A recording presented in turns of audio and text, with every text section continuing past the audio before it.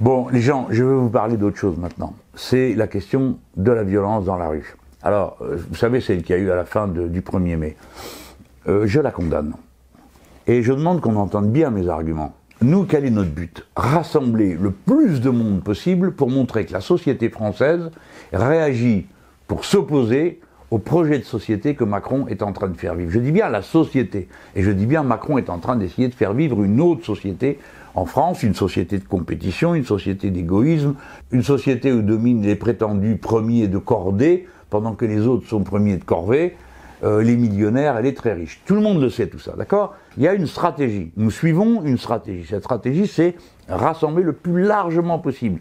C'est-à-dire fédérer tous ceux qui sont déjà dans des luttes et ceux qui n'y sont pas, parce que, tout simplement, ou ils ne sont pas eux-mêmes salariés, ou ils sont en formation, ou ils sont à la retraite. D'accord? C'est ça l'objectif. Et je ne suis pas d'accord pour que cet objectif soit confisqué par une poignée de gens qui, en quelque sorte, récupèrent toutes nos luttes, récupèrent nos cortèges, nos manifestations, pour se livrer à des activités qu'ils qualifient, eux, de révolutionnaires. Je vais vous en dire un mot.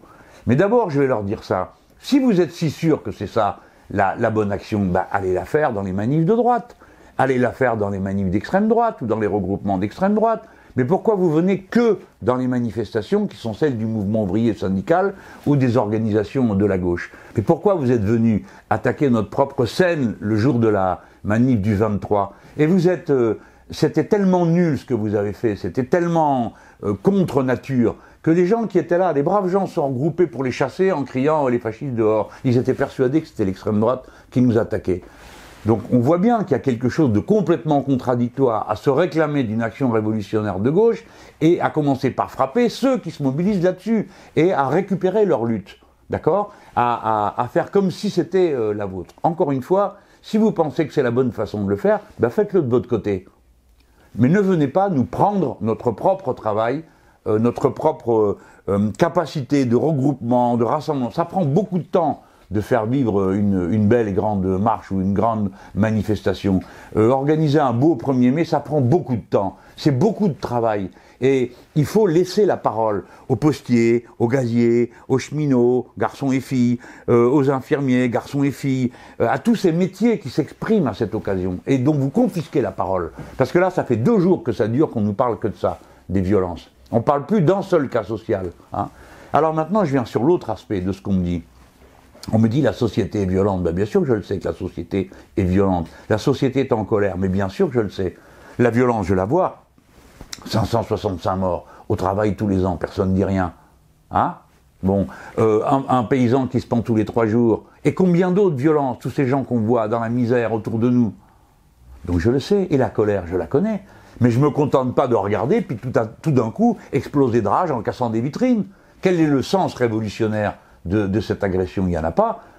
Il y a un sens contre-révolutionnaire, oui, parce que ça divise les salariés qui viennent manifester, ça divise le peuple qui se rassemble entre ceux qui sont d'accord, ceux qui ne sont pas d'accord, et ainsi de suite. Et puis, je vais aller au fond. Une stratégie révolutionnaire, moi j'en suis partisan, j'en ai une, j'en pratique une.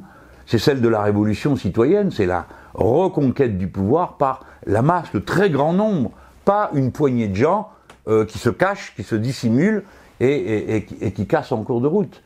Et comme j'ai pas mal vécu jusque-là, je peux vous dire que j'ai vu comment, de fil en aiguille, on va comme ça augmenter le niveau de la violence. Et à la fin, il y a quoi? C'est quoi la tactique violente, révolutionnaire? La guérilla de rue, admettons. Qu'est-ce que ça donne? Dans quel pays ça n'a jamais réussi une seule fois, une tactique comme celle-là? Non, c'est toujours les nôtres qui sont morts les premiers. Et c'est toujours eux qui se coupent du très grand nombre. Par conséquent, je dis, mais c'est une divergence politique que j'assume, et je demande à chacun d'y réfléchir, et en particulier à tous ceux qui veulent concourir à une activité révolutionnaire. Ça, c'est pas une activité révolutionnaire. Organiser la grève, organiser une marche, sensibiliser, conscientiser, oui, ça, c'est des activités révolutionnaires. Mais sortir le dimanche pour tout casser, non. Non, ça, c'est pas une activité révolutionnaire. L'activité révolutionnaire, elle doit se donner pour objectif le changement du pouvoir. Et il faut donc dire comment on compte le faire changer. Pas se gargariser avec des mots. Hein. Voilà. Alors, ceux qui n'aiment pas la voie démocratique, les élections, les manifestations et la conscientisation, moi je l'entends, hein, je sais qu'il y a des gens, je ne les convaincrai pas. Mais ce que je leur demande, c'est d'arrêter de nous attaquer, de s'en prendre à nous.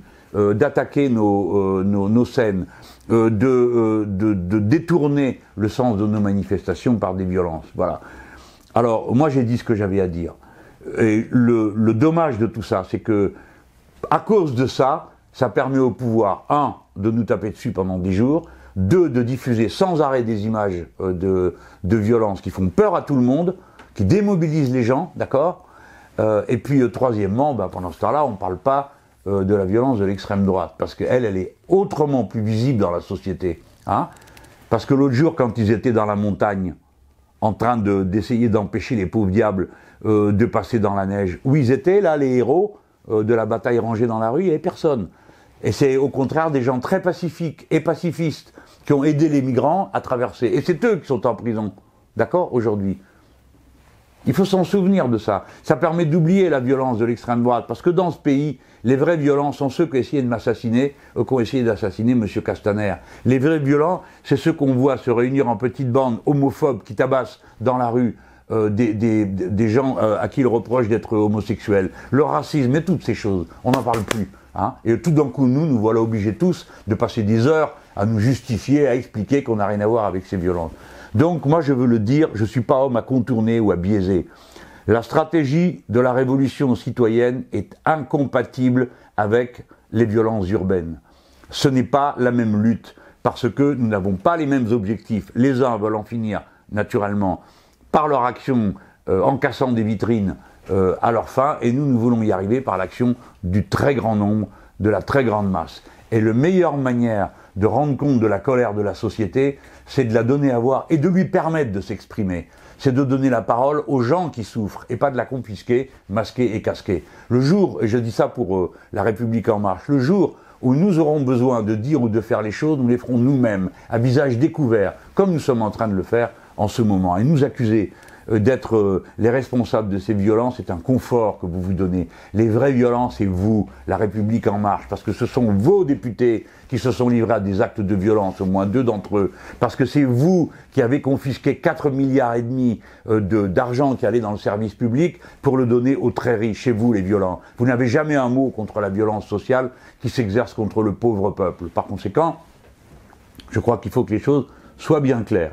Nous ne sommes pas d'accord avec cette méthode, et pour autant, nous ne permettrons pas à La République En Marche ni de nous la coller sur le dos, ni de faire son petit travail, sa basse besogne, qui est de faire comme si l'extrême droite n'existait pas dans ce pays, d'accord? Comme si elle n'avait pas d'action violente. Parce que M. Collomb, il n'a encore pas arrêté un seul de ces types qui avaient là-haut dans la montagne avec leurs hélicoptères et le reste, avec des gens qui venaient, qui sont interdits en Grande-Bretagne et aux États-Unis. Ils ont pu rentrer sur le sol français et ressortir sans avoir un seul problème. Là, voilà les questions qui se posent à propos du pouvoir. Quant au reste, on me dit, qu'est-ce que vous comptez faire? Je vais vous dire, rien. Nous n'allons pas constituer des milices armées. Nous avons de gentils services d'ordre, des gens tranquilles. Vous avez des instituteurs, vous avez des ingénieurs, garçons et filles, qui sont là dans ces services d'ordre. Nous demandons à l'État de garantir notre sécurité. Nous sommes pour que le maintien de l'ordre soit une opération publique et pacifique. Et nous pouvons l'exiger. Et s'il y a le moindre problème avec nous, ça ne sera pas de notre faute.